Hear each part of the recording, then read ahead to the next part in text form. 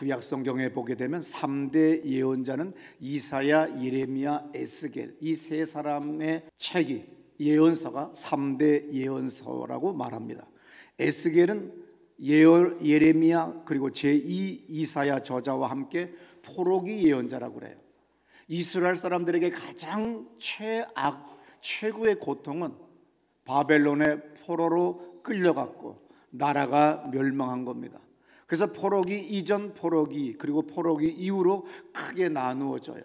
그때 예언자들의 사역이 포로기 이전 그리고 또 포로기 때의 예언자, 또 포로기 이후의 예언자들도 있지요. 당연히 코로나 바이러스 이전 사람들이 있었고 코로나 바이러스 기간 동안에 또 그것을 겪어본 사람들도 있을 것이고 또 다음 때에 태어난 사람들이 있듯이 바벨론 포로라고 하는 것은 이스라엘 사람들에게 가장 아주 중요한 기간입니다.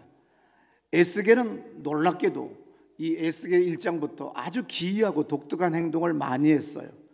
그래서 예언자는 하나님의 명령한 말씀을 이 백성들이 이해하기 좋도록 그리고 관심을 가지고 볼 수 있도록 주목하도록 예언적인 행동들을 많이 했습니다. 아주 과감하게 했어요. 그래서 에스겔서를 보게 되면 에스겔의 대표적인 예언적인 행동, 아주 기이하고 독특하고 특이한 놀라운 그리고 이해할 수 없는 그런 행동이 전부 다 17가지가 나옵니다. 그 내용이 다 뭐예요? 이스라엘은 반드시 멸망한다. 너희들은 이 날을 위하여 애통히 회개하라. 하나님의 구원을 바라라. 뭐 여러 가지 표시를 계속해서 예언자는 예언적 행동을 통해서 보여줍니다. 에스겔은 포로로 잡혀가지고 7년 6개월 동안 사는 동안에 벙어리가 됐어요. 하나님의 말씀이 임하면 말씀을 선포했지만 그 외에는 입을 꽉 다물었습니다. 에스겔 3장 26절부터 잘 들어보세요.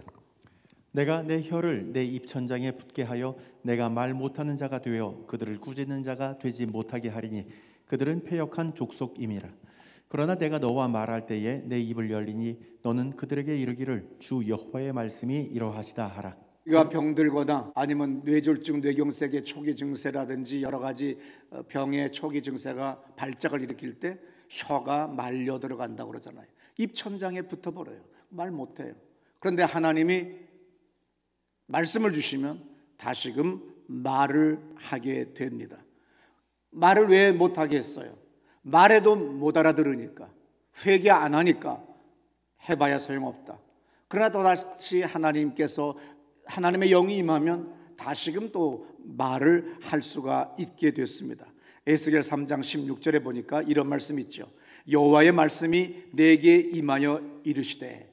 우리 구약 성경에서 예언자들의 가장 독특한 하나님에 대한 말씀을 이야기할 때 코아마르 야훼라고 하는 이 단어, 우리가 3학년 4학년 구약 신학을 공부할 때 계속 독일에 유학 갔다 온 교수님은 계속 이것을 또 독일어로 쓰고 영어로 쓰고 한국어로 쓰고 한문으로 쓰고 또 히브리어로 쓰고 아주 그냥 귀가 따갑게 들었어요. 그때는 철없는 20대 때이기 때문에 아우 진절머리 나, 아이고 진절머리 나 나는데 세월 지나 구약서를 읽을 때 가장 중요한 것이 여호와의 말씀이 내게 임하였다고 하는 이 신탁, 이것은 아주 대단히 중요합니다. 그래서 에스겔은 항상 하나님의 말씀만을 전했어요. 세상에 다른 말을 전하지 않았습니다. 에스겔 특이한 표현을 믿지 않는 사람들까지 언급할 정도가 됐어요. 40몇 년 전에 버스를 타면 항상 그 버스 안내원 차장이 똑똑똑 이렇게 동전 가지고 두들길 때 거기에 붙어 있는 책 하나가 광고가 있습니다. 그 광고의 내용은 성경도 UFO를 이야기하고 있다. UFO는 존재한다. 그러고 난 다음에 에스겔의 이야기들을 써놓은 것들이 있습니다. 그게 얼마나 오랫동안 붙어 있었는지 그 당시 제가 에스겔 성경은 보지도 않았어요. 또 성경책 자체가 우리 집에도 없었고 아마 내가 20대 초반인 것 같아요. 그래서 그때는 성경책도 웬만한 사람이 살 수가 없잖아요. 돈이 없으니까.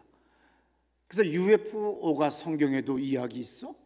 그리고 기록되어 있어? 아주 신기하다고 생각을 했습니다. 제가 나중에 예수를 믿고 에스겔서를 읽으니까 정말로 기이해요. 해석하기가 참으로 난해한 말씀들입니다. 에스겔의 세 번째 행동 예언이 있는데, 에스겔서는 전부 다 몇 개가 있다고 그랬죠? 17개의 특이한 행동 예언이 있습니다. 그런데 세 번째 행동 예언이 에스겔 4장 4절부터 5절의 말씀인데 390일 동안 좌편으로 들어 누워 있으라는 거예요. 좌편으로. 이스라엘 사람들 입장에서 해 뜨는 동쪽이 좋은 곳이에요. 그래서 항상 잘 때, 그리고 무엇을 할 때, 여러분들이 앉은 자리를 동쪽이라고 하면 내가 이제 마주 앉았을 때 자더라도 내가 이렇게 누워 자겠지요. 누워 자다가 좌편 하면은 뭐가 돼요? 이쪽이잖아요. 좌편. 너는 또 왼쪽으로 누워 이스라엘 족속의 죄악을 짊어지되 네가 눕는 날수대로 그 죄악을 담당할지니라. 네가 그들의 범죄한 횟수대로 내가 날수를 정하였나니 곧 390일이라. 너는 이렇게 이스라엘 족속의 죄악을 담당하고 그랬어요. 또 네 번째 행동 예언이 나오는데 40일 동안 우편으로 자라고 그랬어요. 여러분들이 앉은 자리가 동쪽이면 우편이니까 오른쪽으로 자는 거예요. 그러면서 뭐라고 써 있어요? 들어보세요. 그 수가 차거든 너는 오른쪽으로 누워 유다 족속의 죄악을 담당하라. 내가 내게 40일로 정하였나니 하루가 1년이니라. 너는 또 내 얼굴을 에워싸인 예루살렘 쪽으로 향하고 팔을 걷어올리고 예언하라. 에스겔이 하나님의 계시로 미래를 보면 화가 날 수밖에 없어요. 미래를 보면 절망이에요. 현재를 보면 화가 치밀어요. 우리 남편을 바라볼 때 화가 확 치밀 때 있지요. 땀이 배려간다면서 등허리와 가슴에 땀이 주르르 흐르는 거. 그게 50대 전후에서 나오는 건 갱년기고, 60이 넘었는데도 아직 40도 안 됐는데도 그렇게 식은땀이 쫙 흐르는 순간, 남편한테 전화 하나만 와도, 또 어느 은행에서 전화 하나만 와도 식은땀이 쫙 흐르는 거, 이거 화병이에요. 재정의 문제가 너무 심한 거예요.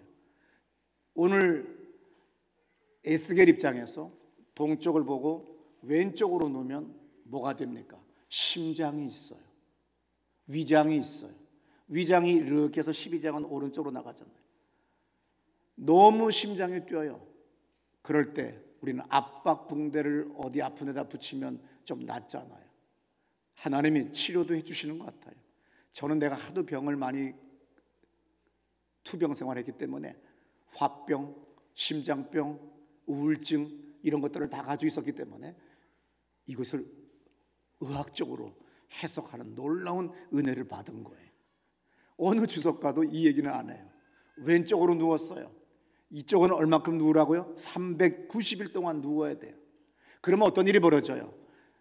이스라엘이 보이는 거예요. 북쪽 이스라엘이 보이는 거예요. 이쪽으로 보게 되면 남유다가 보이는 거예요. 이 중심에서 390일 동안 누워 있어야 될 이 이스라엘의 죄악은 너무 크니까 한 해를 하루로 계산한다고 했잖아요. 그러면 모든 수는 더하게 돼 있어요. 그래야 해석이 나오게 돼 있어요. 그래서 동양의 수사상이나 성경의 수사상이나 아니면은 우리 주역이나 어디나 수는 합치는 거예요. 390 더하기 40일은 뭐예요? 430입니다. 에집트의 종살이 한 수예요. 너희들이 비록 이렇게 끌려가고 바벨론의 포로가 되지만 430년 동안 에집트에 끌려갔던 소망을 잃어버리고 포기한 이스라엘 백성들도 하나님은 상상할 수 없는 모세라고 하는 사람을 동원해서 출애굽을 시켜준다. 이와 같이 너희들도 내가 출애굽을 시켜주겠다. 너희들에게 제2의 바벨론 출애굽 하듯이 너희들을 탈출시켜 주겠다, 해방시켜 주겠다고 하는 그런 예언적인 말씀이에요. 또 오른쪽으로 눕게 되면 뭐가 되지요? 우리 밥 먹고 너무 많이 먹으면 힘들잖아요. 근데 오른쪽으로 누우면 위장은 이쪽으로 탁 쳐지면서 쑥쑥쑥 잘 내려가잖아요. 오늘 밤 집에 가셔서 많이 잡수시고 해보세요. 놀라운 평화를 얻을 거예요. 아무쪼록 주님은 당연히 주님의 예언적인 위로의 말씀이고, 제가 주석을 붙인 거는 그냥 극히 개인적인 조의서의 주석이니까 믿지 말고 한번 실천만 해보시면 됩니다. 너무 심장이 뛰어요. 너무 먹은 게 없어서 심장이 뛰어요. 기운이 없어서 심장이 뛰어요. 분노 때문에 심장이 뛰어요. 그럴 때 우리는 이렇게 압박을 하고 싶잖아요. 그래서 왼쪽으로 눕게 되면 좀 평안하잖아요. 근데 여기는 390일이야. 왜냐하면 너무나도 이스라엘의 죄가 컸기 때문이죠. 하나님은 에스겔에게 또 상상할 수 없는 이야기를 해요. 여러분들은 조이선 목사는 강대상에서 별소리 다 한다더라. 아니, 여러분들이 무식해서 나를 오해하는 거예요. 에스겔이나 하나님은 더 나보다 심하셨어요. 에스겔에게 똥으로 너 음식 만들어 먹으라 그랬어요. 4장 12절.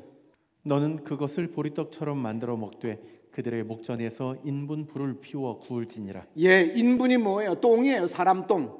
근데 옛날 번역하는 사람들이 너무 놀라워서 많이 순화시킨 단어가 인분이고 아주 쉬워요. 네 똥, 내 똥. 그 똥으로 먹어라 이거야. 왜? 인도나 아프리카의 소나 염소나 양은 풀을 뜯어 먹어요. 그래서 똥을 넣게 되면 그 똥을 빨리 갖다가 주워 와야 돼요. 그리고 집에 벽에다가 탁탁탁 붙여놔요. 질퍽질퍽하니까 딱딱딱딱 붙여놔요. 그러면 말라요. 그것이 바로 번개탄. 아주 냄새도 그렇게 역하지 않고 그리고 불도 잘 타요. 그들에게 무슨 연료가 있겠어요? 무슨 땔감이 있겠어요? 그래서 인도나 후진국이나 아프리카나 방목하는 그런 나라에서는 염소똥, 양의 똥, 소똥을 주워다가 벽에다 붙여서 말려서 그걸로 땔감을 만듭니다. 근데 하나님은 세상에 에스겔에게 너는 사람 똥으로 밥을 해 먹어라. 그러니 어떻게 해요? 사람 똥 찾으러 가야 되잖아요. 퍼다가 냄새가 보통 하겠어요? 그럼 그걸 또 주워다가 또 소똥, 염소똥, 양똥 같이 적당한 크기로 해서 딱딱 벽에다 붙여서 이것도 빨리 안 말라요. 이것도 해보세요. 빨리 안 말라요. 그래서 어떻게 됩니까? 오래 걸려가지고 그걸로 음식을 해보세요. 그걸로 고기 구워 잡숴보세요. 그 냄새가 그대로 고기에 배. 이거는요 바베큐가 아닙니다. 이건 똥큐입니다. 그렇게 먹으라는 거야. 너희들의 죄악이 에스겔 넌 먹을 수 없지. 그렇게 뱉을 수밖에 없는 너희들의 죄악이야. 이렇게 얘기하는 거예요. 그래서 에스겔이 14절에서 이렇게 말합니다. 내가 말하되 아하 주 여호와여 나는 영혼을 더럽힌 일이 없었나이다. 어려서부터 지금까지 스스로 죽은 것이나 짐승에게 찢긴 것을 먹지 아니하였고 가증한 고기를 입에 넣지 아니하였나이다. 성경 역사상에 탄식하는 예언자는 얘밖에 없어요. 얘가 아니죠. 에스겔밖에 없어요. 하나님의 말씀하셨는데 요새 만화 표현 용어는 허걱. 너무 놀라운 거예요. 똥으로. 저 가증한 거 먹어본 적 없습니다. 저 그렇게 살아본 적 없습니다. 이것만큼은 청을 못하겠습니다. 내 딴 건 다 하겠는데 먹을 수는 없습니다. 그 정도로 에스겔이 탄원을 했더니 주님께서는 그것은 용납하셨어요. 카시로라고 하는 유대교 독일 철학자가 있었어요. 이 사람의 인간은 상징적 동물이다 그랬어요. 호모 심볼리쿠스라고 그랬어요. 인간은 상징적인 동물이에요. 그래서 우리는 어떤 무엇을 사랑하는 사람 아니면 어떤 정치적인 표현 어떤 정치적인 발언 부부지간에 직장에서 사람과의 모든 관계 속에서 우리는 우리의 표정으로 인간의 눈과 동물의 눈의 차이는 뭘까요? 동물은 흰자가 없습니다. 안 보여요. 사람은 흰자가 보여요. 그래서 이 흰자를 볼 때 이 흰자를서 쌍스러운 말입니다. 눈가를 돌릴 때 그 사람의 모든 걸 알 수가 있는 거예요. 남편의 그 상징적인 무엇을 얘기하는데 눈깔이 아래 위로 돌아가면서 흰자가 이렇게 움직이는구나, 이렇게 움직이는구나. 이해되세요? 오늘부터 가셔서 강아지 눈 까뒤집어 보세요. 한참 지나서 까야만이 나옵니다. 모든 동물은 흰자가 보이지 않아요. 사람만이 눈으로 모든 걸 표현할 수가 있어요. 그래서 호모 심볼리쿠스, 인간은 뭐야? 상징적인 동물이에요. 예언자들만이 아니라 제가 언젠가도 설교할 때 그 모든 예언자들의 상징적인 행동을 전부 다 설교한 적이 있기 때문에 오늘은 넘어갑니다. 효과적으로 전달하기 위해서 하나님은 이 무지한 백성들에게 상징적인 것으로 보여줬어요. 에스겔 1장 4절 들어보세요. 내가 보니 북쪽에서부터 폭풍과 큰 구름이 오는데 그 속에서 불이 번쩍번쩍하여 빛이 그 사방에 비침에 그 불 가운데 단 쇠 같은 것이 나타나 보이고. 성경을 알지 못하고 오직 세상의 지식과 자기의 상식으로 이 성경을 보면 북쪽 하늘에서 폭풍과 큰 구름이 오는데, 여러분 큰 구름과 폭풍이 오면 바람도 불고 비바람도 칠 거예요. 그러면 그 시대의 옛날 에스겔 시대 때의 모든 불은 꺼질 수밖에 없잖아요. 사람이 인위적으로 켜놓은 불이기 때문에.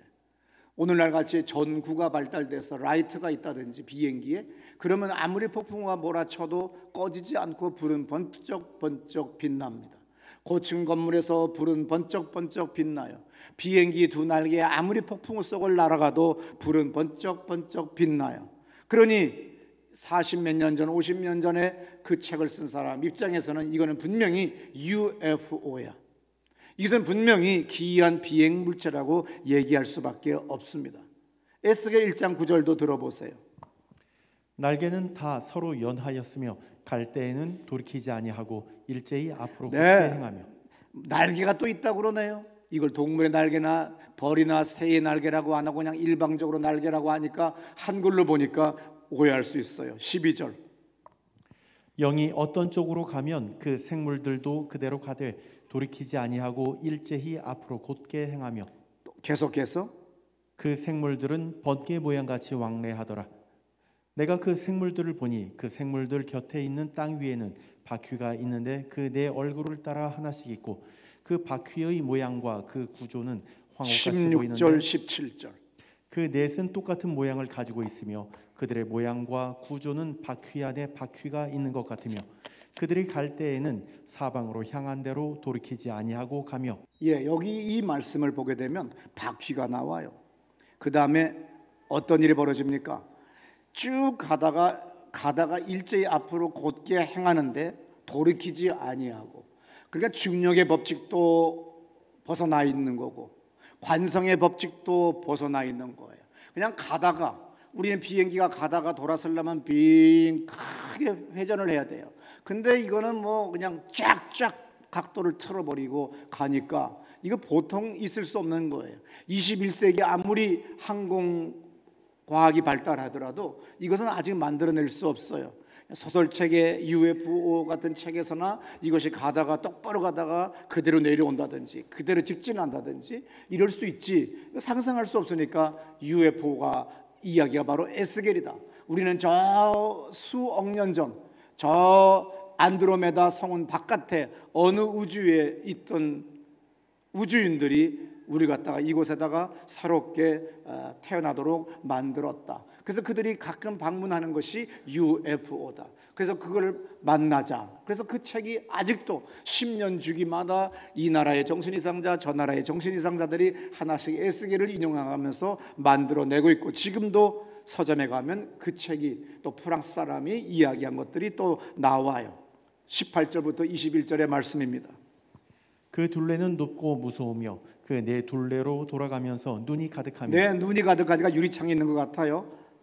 그 생물들이 갈 때에 바퀴들도 그 곁에서 가고 그 생물들이 땅에서 들릴 때에 바퀴들도 들려서 영이 어느 쪽으로 가면 생물들도 영이 가려 하는 곳으로 가고 바퀴들도 그 곁에서 들리니 이는 생물의 영이 그 바퀴들 가운데 있습니다. 계속해서 우리가 이 말씀을 읽다 보면은 정말로 우리가 성경 상식을 갖지 않으면 이 말씀을 이해할 수가 없어요. 그러나 성경 해석의 원칙이 있어요. 말씀은 말씀으로 해석한다. 그리고 말씀에 없는 것은 말하지 않는다. 다시 말해서 성경에 기록된 말씀만 하고 그 다음에 내가 추론을 하거나 내가 자의적 해석을 하면 그게 이단 사입이에요. 성경에 말하는 것은 말하고 성경에 말하지 않는 건 침묵한다. 이것이 성서 해석의 기본이고, 성서 해석을 할 때 어떻게 해야 돼요? 성경에 있는 것으로 비교해봐야 하고 대조해봐야 돼요. 이사야 34장 16절입니다. 너희는 여호와의 책에서 찾아 읽어보라. 이것들 가운데서 빠진 것이 하나도 없고 제 짝이 없는 것이 없으리니 이는 여호와의 입이 이를 명령하셨고 그의 영이 이것들을 모으셨습니다. 네, 성경책 자세히 보라는 겁니다. 빠진 것 하나도 없고요, 제 짝이 없는 것 없어요. 하나님이 말씀하셨기 때문에 다 성경으로 해석이 돼요. 그래서 아까 바퀴가 원이었다고 하는 것은 이미 7,000년 전, 8,000년 전에 수메르 사람들이 고안해낸 겁니다. 그때 발견한 것들을 20세기에 들어와서 포드 자동차 바퀴 4개를 달아가지고 모든 사람들이 자가용 한 대씩 타고 다니게 만든 놀라운 혁명적인 일을 하게 된 거예요. 그것이 이미 7,000년 전, 8,000년 전에 고대 수메르 시대에 고안됐던 것들이, 그건 인류 최고의 발명 중에 발명이 바로 수레바퀴, 원으로 바퀴를 만들어서 수레를 만들었다는 거죠. 어떻든 간에 에스겔 1장 4절에 내가 보니 이런 말씀이 있어요. 내가 보니. 에스겔은 절대로 자의적으로 내 말 하지 않았어요. 내가 보니, 본 것만, 주님이 하라고 한 것만 이렇게 보고 말했어요. 8번 이 말씀이 등장합니다. 거부할 수 없는 하나님의 강력한 임재가 있었던 거예요. 오늘 신앙생활이 아주 진보적으로, 자유주의적으로, 그리고 아주 기복적으로, 그러면서 근본주의로, 양극단으로 빠져나가는 그 이유는 무지의 소치입니다. 무식의 소치입니다. 성경만 읽겠다고 하는 사람과 신학적으로 성경을 읽겠다고 하는 이 두 양극으로 가는 바람에 미친 짓을 하는 거예요. 성경을 읽으면서 2000년 동안에, 3000년 동안에 유대교의 수많은 신학자들, 현대의 중세의 수많은 신학자들은 다 천재들이에요. 수재들이에요. 그 사람들의 책들도 우리가 한 번씩 비추어서 읽어볼 줄 알아야 됩니다. 그래야만이 우리는 양극으로 빠지지가 않아요. 이단 사이비로 빠지거나 미치지 않아요. 주의 말씀, 우리는 영생을 얻기 위하여 우리는 교회에 왔습니다. 그리고 영생을 얻기 위하여 우리는 이 말씀을 읽습니다. 그러면 한쪽에 치우치지 말고 항상 성령의 인도를 받아야 돼요. 그래서 주의 말씀을 들어야 되는 거죠. 어디에 있어요? 우리는 예언자같이 다 내가 리스닝 할 수 없고 내가 들을 수 없지만, 그러나 어떻게 돼요? 라디오 들을 수 있듯이 우리 옛날 중학교 1학년 가면 처음 공부하는 문장 중에 하나, Listen to the radio. 라디오는 듣는다. 그때는 listen이라는 단어를 쓴다. 그래서 우리는 똑같은 듣는다는 소리를 이렇게 표현하잖아요. 그래서 나도 지금 50몇 년 전 얘기를, 그건 지금도 잊어버리질 않아요. 자, 보세요. 주님이 말씀하는 것. 그래서 여호와의 권능이 1장 3절에 내 위에 있다고 했어요. 하나님의 권능이 확 덮여버리니까 서 있을 수가 없어요. 그래서 다니엘 예언자는 그냥 죽은 듯이 엎드려 있었다고 하는 말이 다니엘서의 11장에 나오는 걸 우리는 봅니다. 오늘 똑같이 여호와의 권능이 내 위에 있다. 서 있을 수 없을 정도로 엄청난 영적인 기운이 덮친 거죠. 근데 이 권능, 야드라고 하는 이 단어는 강력한 덮음을 이야기하는데 구약 성경 전체에 10번이 기록되어 있습니다. 표준세 번역에 이렇게 써 있어요. 주의 권능이 나를 사로잡았다. 신앙이라고 하는 건 나의 의지와 지식으로 살아가는 거 아니에요. 주의 말씀을 들어야 되고 기록된 주의 말씀을 읽어야 됩니다. 그리고 바르게 해석해야 됩니다. 그래서 오늘 하나님의 성령의 이끄심이 있어야만이 우리가 이단과 사입이나 아니면 정치인들의 선동에 미혹되거나 딸려가지 않아요. 예수님도 성령에 이끌리셨어요. 마가복음 1장 12절부터 13절의 말씀을 들어보세요. 성령이 곧 예수를 광야로 몰아내신지라. 광야에서 40일을 계시면서 사탄에게 시험을 받으시며 들짐승과 함께 계시니 천사들이 수종들더라. 예수님도 성령의 이끌림을 받아서 광야로 가게 하면 광야로 갑니다. 저 깊은 웅덩이로 가게 하면 깊은 웅덩이로 갑니다. 내 인생에 깊은 웅덩이 있을 때도 있고 내 인생이 저 광야에 있을 때도 있는 거예요. 예수님도 성령에 이끌리듯이 우리도 언제나 성령에 이끌리는 삶을 살아야 됩니다. 요한복음 12장 49절에서 예수님은 말씀하세요. 나는 자의로 말하지 않는다. 나를 보내신 아버지께서 내게 말한 말한 것과 이룰 것을 친히 명령해 주었다 그랬어요. 그래서 요한복음 16장 13절에서 예수님은 진리의 성령이 오시면 그가 너희들을 다 진리로 이끌어 주실 거다. 그가 스스로 말하지 않고 듣는 것을 말하며 장래일을 너희에게 알려주실 거라고 그랬어요. 그래서 늘 우리가 기도하는 가운데 내 기도만, 내 간구만 하지 말고 조용히 앉아 있을 수도 있어야 됩니다. 어머니에게, 아버지에게 우리가 가서 그냥 내 말만 다 하고 돈 달라고 하면 원하는 곳 돈 다 못 얻어요. 먼저 다섯곳이 가서 떡 마려운 눈 표정으로 가만히 앉고 슬픈 마음을 가지고 앉아 있으면 엄마가, 아빠가, 할아버지가 먼저 묻습니다. 왜? 그때 돈 왜? 얼만데? 줄게 빨리 말해봐. 10,000원 불고 50,000원 불러도 나와요. 이와 똑같아요. 주님 앞에 꼭 내가 쉬지 말고 떠들어야만이 주님이 많이 주시는 것이 아니라 주님의 음성을 들어야 돼요. 내 마음을 통해서 하시는 말씀을 들어야 돼요. 오늘 아내 따라, 어머니 따라, 가족 따라, 누구 따라 앉았어도 그냥 이 생각 저 생각 잡생각 하다가 오늘 뭐가 번득하는 거가 있어요. 바로 그거 하나 듣고 가면 됩니다.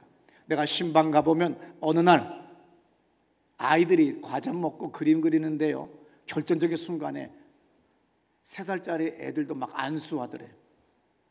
그리고 기도합시다 그럼 두 손 번쩍 들더래. 왜? 담임 목사가 항상 두 손 들고 기도합시다 그러니까 아이들도요 안 듣는 것 같은데 다 듣고 있더라는 거예요. 하물며 여러분은 어른이세요. 다 들으시잖아요. 단지 선별해서 들을 뿐. 그래서 여러분 가장 기도에 중요한 건 뭡니까? 주님 앞에 많은 걸 말하려고 하는 것보다 앉았다 오세요. 그리고 이 생각 저 생각 많은 것들을 떠오를 때 그때 주님이 무언가를 나에게 번득 주실 것이 있어요. 주신 것이 있어요. 그것을 행해 보세요. 놀라운 역사가 일어납니다. 우리가 이 세상을 살아갈 때 정말로 너무 크고 너무 어려운 두려움이 엄습해 올 때가 있어요. 내 장래가 정말 소망이 있을까? 내가 이제 이것으로 끝나는 것 아니야. 내 육체나 내 사업이나 내 어려운 이것들이 이제 정말 절대 절망이야. 이런 마음을 가질 때가 있지만 아무리 어려워도 주의 성령이 한번 함께 하시면 놀라운 역전과 반전이 일어나는 걸 믿으시기 바랍니다. 주님의 손이 한번 나를 덮으시면, 주님의 권능이 나에게 임하시면 나는 놀랍게 일어날 수가 있습니다. 이 깊은 웅덩이에서 주님이 하루아침에 꺼내실 수가 있는 걸 믿으시기 바랍니다. 요한복음 16장 33절에 이런 말씀이 있죠. 이것을 너에게 이르는 것은 너희로 내 안에서 평안을 누리게 하려 함이라. 세상에서는 너희가 환난을 당하나 담대하라. 내가 세상을 이기었노라. 사도행전 2장 1절에 오순절 날이 이르렀을 때 예수의 제자들이 주의 말씀을 의지하여 한 곳에 모여 기도했더니 호련히 하늘로부터 급하고 강한 바람 같은 소리가 있어 그들 앉은 온 집에 가득하고 마치 불의 혀처럼 갈라지는 것들이 보였다고 그랬어요. 하나님의 임재는 들을 수가 있어요. 하나님의 임재하심은 내가 볼 수가 있어요. 내가 느낄 수가 있도록 주님은 역사하는 걸 믿으시기 바랍니다. 우리 다 자리에서 일어나셔서 기도합시다. 성령 하나님, 내가 가난한 마음을 가지고 주 앞에 나왔습니다. 성령 하나님, 내 아들에게, 내 딸에게, 내 손녀딸에게, 내 손자에게, 내 남편에게, 내 사업 위에, 내 인생 위에 역사하세요. 내가 오늘 성경에 기록된 말씀같이 보고 듣고 느낄 수 있도록 덮어주세요. 우리 오른손 들고 기도합니다.